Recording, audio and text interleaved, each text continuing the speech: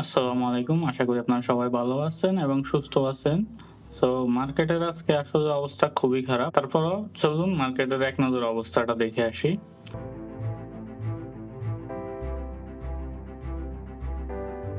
তো মার্কেট আজকে ৫,৩৩৭.১৪ তে আছে, যেটা আপনার ৪৬.৭১ নেগেটিভ মুভমেন্ট দিয়েছে। আমরা যদি ডেইলি ওপেনটা দেখি ৫,৩৮১.৮৫, আর এখানে ডেইলি হাই এবং ডেইলি লোটা আপনি দেখতে পাচ্ছেন।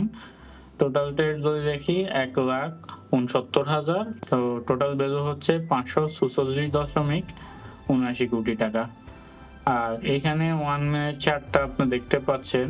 পরপর কয়েকটা বারে আপনার ওঠার চেষ্টা করছে, বাট সেল প্রেশার বৃদ্ধি পেয়ে গেছে। তো উঠতে পারে নাই একবারও। আর লাস্টে আপনার সেটেলমেন্টের সময় আপনারা দেখেন এখানে সেল কিন্তু অনেকগুলো আছে। এই সেলের কারণে আরো নিচে নেমে গেছে। সেটেলমেন্টের আগে অনেকগুলো সেল হয়েছে বড়, বড়।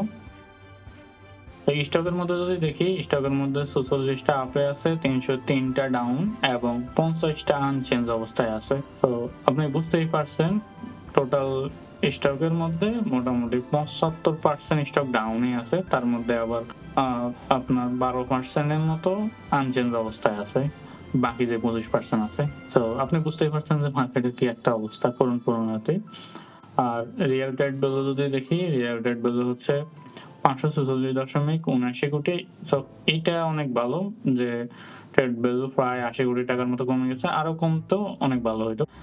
আর এখানে top sector by trade value percentage wise যদি দেখি, ফার্মাসিউটিক্যাল এবং কেমিক্যাল ১৫.৪৮%, ব্যাংক ১৩.৮৫%, টেক্সটাইল ১২.১৩%, আর লাইফ ইন্স্যুরেন্স ৯.১৫%। আর বাকিগুলো আপনারা এখানে দেখতে পাচ্ছেন।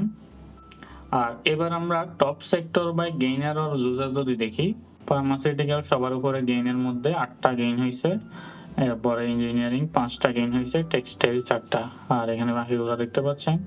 এবার লুজার যদি দেখি, তো আপনারা দেখতেই পাচ্ছেন কোন সেক্টর কিন্তু খুব একটা ভালো খারাপ করে নাই, কিন্তু এখানে মিউচুয়াল ফান্ডে কিন্তু অনেকগুলা স্টক ইকুয়ালে আছে। সো এটা একটু লক্ষণীয় যে মিউচুয়াল ফান্ড একটা মুভ দেওয়ার চেষ্টা দিতে পারে সামনের দিকে। এ ব্যাপারে একটু লক্ষ্য রাখবেন। এবার যদি আমরা ইন্ডেক্স মুভার যদি দেখি, তো ইন্ডেক্স মুভারের মধ্যে পজিটিভের মধ্যে রবি আছে ২.৩, ওয়ালটন ১.৬, প্রাইম ব্যাংক ০.৮, এলএচবি ০.৭। আর এখানে বাকিগুলো দেখতে পাচ্ছেন। আর নেগেটিভ যদি দেখি, নেগেটিভের মধ্যে হচ্ছে বার্জার সবার উপরে ১.৮, ব্যাটবিসি ১.৪, ইসলামী bank ১.৪, city bank ১.৩, BRAC bank ১.২। আর এখানে বাকিগুলো দেখতে পাচ্ছেন।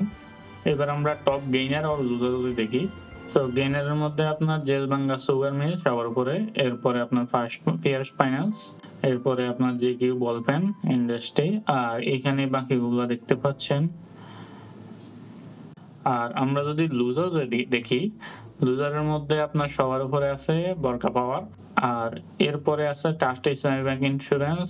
তো ৩ নম্বরে আছে ফার্স্ট সিকিউরিটি ইসলামী ব্যাংক, আর ৪ নম্বরে আছে জেরিন স্পেনিং। এইখানে আপনার বরকা পাওয়ার আপনার বলতে পারেন যে কেন এত কমছে, এটা তো বি স্টকে ছিল। সো এটাতে আপনার ক্যাটাগরি চেঞ্জ হয়েছে, বি থেকে জেডে চলে আসছে। আর সেম সম্ভবত জেরিন স্পিনিং এর ক্ষেত্রে বি থেকে জেডে চলে আসছে আজকে।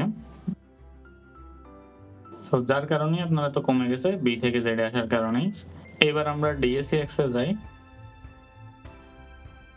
আজকেও নেগেটিভ ক্যান্ডেল, আর এখানে ভলিউম যেটা আপনার আগে থেকে কমে গেছে, এটা আমাদের জন্য খুবই ভালো ভলিউম কমে যাওয়া।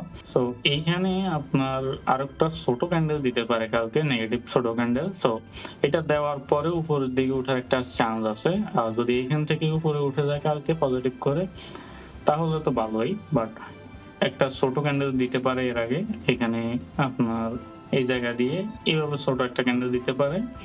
এরপরে আপনার উপরের দিকে যাওয়ার পসিবিলিটি থাকে আর কি।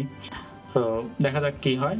আর যদি আমরা আরএসআই দেখি, আরএসআই হচ্ছে আপনার ৩৮.২।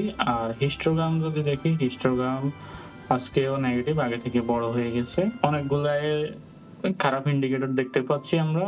মোটামুটি সবগুলা টেকনিক্যাল অ্যানালাইসিসে মার্কেট নেগেটিভ থাকারই সম্ভাবনা দেখাচ্ছে। সো একটু সতর্ক থাকা দরকার। তো আজ এ পর্যন্তই। ধন্যবাদ সবাইকে। আসসালামু আলাইকুম।